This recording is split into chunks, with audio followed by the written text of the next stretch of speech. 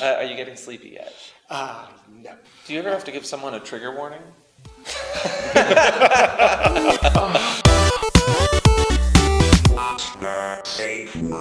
Hello! Welcome back to What's the Safe Word? I'm Amp. And I'm Neil. And today we're going to talk about erotic hypnosis. So, that's how we start. And so for today, to discuss erotic hypnosis, we have Neil. And Neil, why don't you go and explain who you are and what you do? I am an erotic hypnotist. I'm actually also a professional hypnotist. I do both hypnotherapy, regular hypnotherapy to help people quit smoking and stick to workouts and get over phobias and traumas and things like that. But I also do erotic hypnosis, both professionally and as part of my kink life. So erotic hypnosis is a type of hypnosis that is used for everything other than what you expected? I mean, it's a sexual practice of hypnosis. It's just generally hypnosis in an erotic context. But it's this trope that you kind of see in society and in movies, television, media, in which people are kind of hypnotized against their will. Like, that's kind of a major trope that comes along with erotic hypnosis, correct? A lot of people get into erotic hypnosis because that trope turns them on. Reality is very different. You can't hypnotize someone against their will, as a rule. So I guess to talk about erotic hypnosis, we should first talk about what hypnosis in general is and isn't. So there are lots of different ways to explain hypnosis. The way I like to explain it is to talk about two parts of the mind we have. We have the conscious mind and the subconscious mind.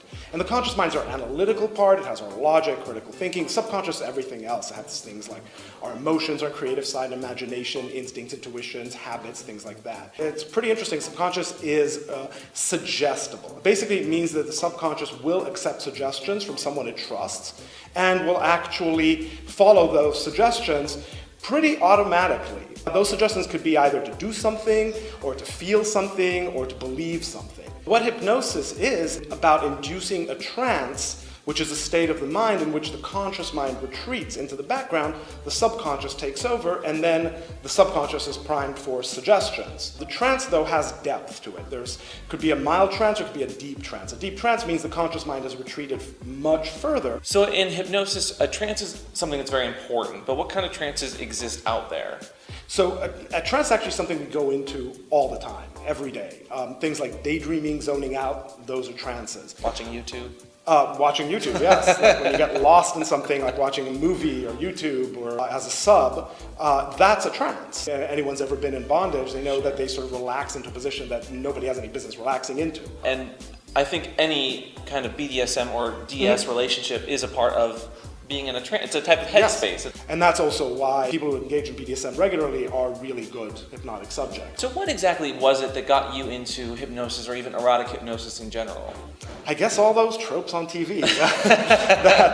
I remember being fascinated by hypnosis as a child. It was like, in hindsight, turned me on, but I wasn't aware of that at the time. And then later on, I discovered it as an adult and decided that that's something I really want to study. And so I took the time and studied it, was certified as a hypnotherapist, and about 8 years ago, I quit my day job and decided to do hypnosis full time. So you have a pretty engaged background in hypnosis itself. Did you start out being a little more sexual, or was it more of just an interest at first? Started out completely sexual. Oh, it was all okay. about doing it. Initially, it was pretty vanilla. I was actually really enjoying the control aspect of it, and I got more into the BDSM side of it. So hypnosis was kind of your gateway to kink in general. Yes. So when kind of researching for this episode myself, we get asked every week different things by people online, and hypnosis is always one of those that people keep asking about. So just looking into this, there was a lot of drawing factors for hypnosis for people. The first of which was hypnosis helped them to become a little less anxious and kind of take away inhibitions that they have about something or about a kink. Yeah, that's more on the hypnotherapy side of things. Okay. It's less of a play thing, but yes, hypnosis reduces inhibitions and to increase arousal, increase sensitivity, things like that, and that can help people get into types of play that they normally wouldn't get into. Other people found that trigger words and being forced to do things was kind of a drawing factor for hypnosis. In hypnosis lingo, we call that post-hypnotic suggestions. Those suggestions we give someone while they're under, and they take effect when the person's awake as a result of a particular word that the hypnotist says or a particular action by the hypnotist. You know, it's fun to use them at a restaurant, make someone feel like they're having an orgasm or they're being fucked while they're eating.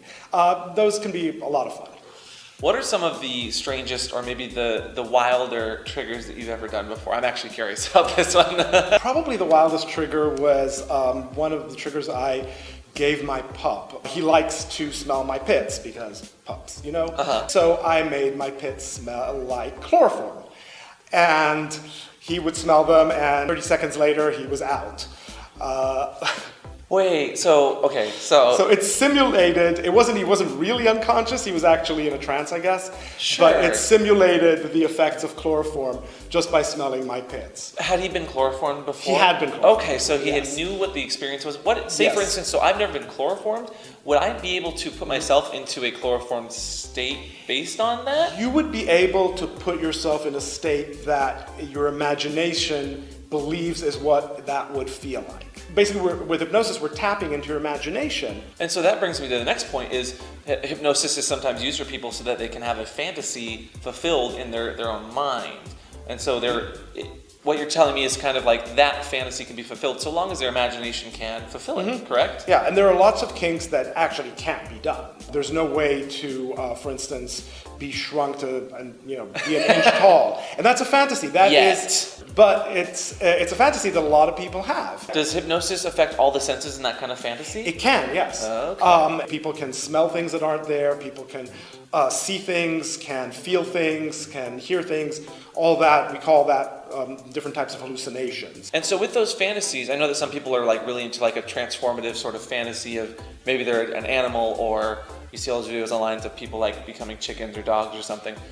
But can hypnosis also be used to help someone with an actual like transformation fantasy, being conditioned to do something that's actually beneficial to their health? Yeah, that's standard hypnotherapy. But of course, you can take it onto a kink level and use it as things like forced workouts. Beyond forced workouts, it can also be used to physically restrain someone, or they think physically being restrained. Yeah. Do you ever have to give someone a trigger warning?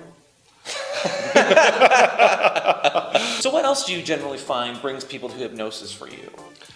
There's a lot of things. So we mentioned enhancing sensations. I can make a person much more sensitive to the touch, make them much hornier, or just control how horny they are. Be horny from 0 to 10, 0 meaning not horny, and 10 like the horniest they've ever been. What if they're bad with math? That's a problem. How does hypnotism affect people differently? Like, what are the different levels, or what helps someone to be a better or worse hypnotic subject? Almost everyone can be hypnotized, but what a person can experience can vary from person to person. The more the person does hypnosis, the more likely they are to experience more phenomena. What are kind of the safety precautions or things that you tend to run into with hypnosis? As a rule, hypnosis is a very, very safe kink, because the trust that you would only go under as deep as you trust the hypnotist. But if your instincts tell you, hey, I'm not so sure about this guy, there's only so deep you can go. And that's all fair and good, but what about for people that can't find kink easily in their own area? A lot of people come to us and ask about, like, is online kink or online hypnosis safe? I generally advise people to avoid online hypnosis. If you are going to do online hypnosis, I advise you to talk to the guy, take time to get to know the person first. Don't just jump into the first person who's willing to hypnotize you online. In any kink, you always want to vet someone. Another question we got a lot was like, was brainwashing possible? Could you condition someone in a very negative way, and kind of what are the ethics around that? Brainwashing isn't a real thing. You can't be made to do something that you feel is dangerous. You can't be made to do something that is against your base personality, which is why another thing I always say to people when they decide to work with a hypnotist, discuss limits in advance. So with hypnosis, can you use a safe word? You're not going to be able to use a safe word with hypnosis. There's just no way if you're being controlled, there's no way that you're going to actually utter the safe word, because you're just going to do what the hypnotist tells you to do, but you may be angry at him afterwards. What was kind of like one of the best scenes you've ever had, or one of the strangest, most interesting scenes you've ever done? One of my favorite things to do is to freeze someone while they're sucking my cock, then just use that just to fuck their mouth. That could be a lot of fun. Add to that, making them feel like they're being fucked at the same time, and then I can actually single-handedly spit roast someone, which is, While you can't have a safe word technically when being hypnotized, we always do end the episodes with a safe word, and today's safe word is... harder, because I always thought that would be a really awful safe word. Leave a comment down below if you have any questions for Neil. And we'll also put all of Neil's links down below so you can follow him on all of his social medias. Besides that, though, don't forget to subscribe, and we'll see you guys next time on What's a Safe Word. Bye! Leave a like down below, and maybe we'll get Bolt in here next time. We'll see who's better at being. Although something tells me Bolt would be a little bit easier to hypnotize than me. You were pretty easy. That's true, but I'm saying I think Bolt would be even easier. Yeah.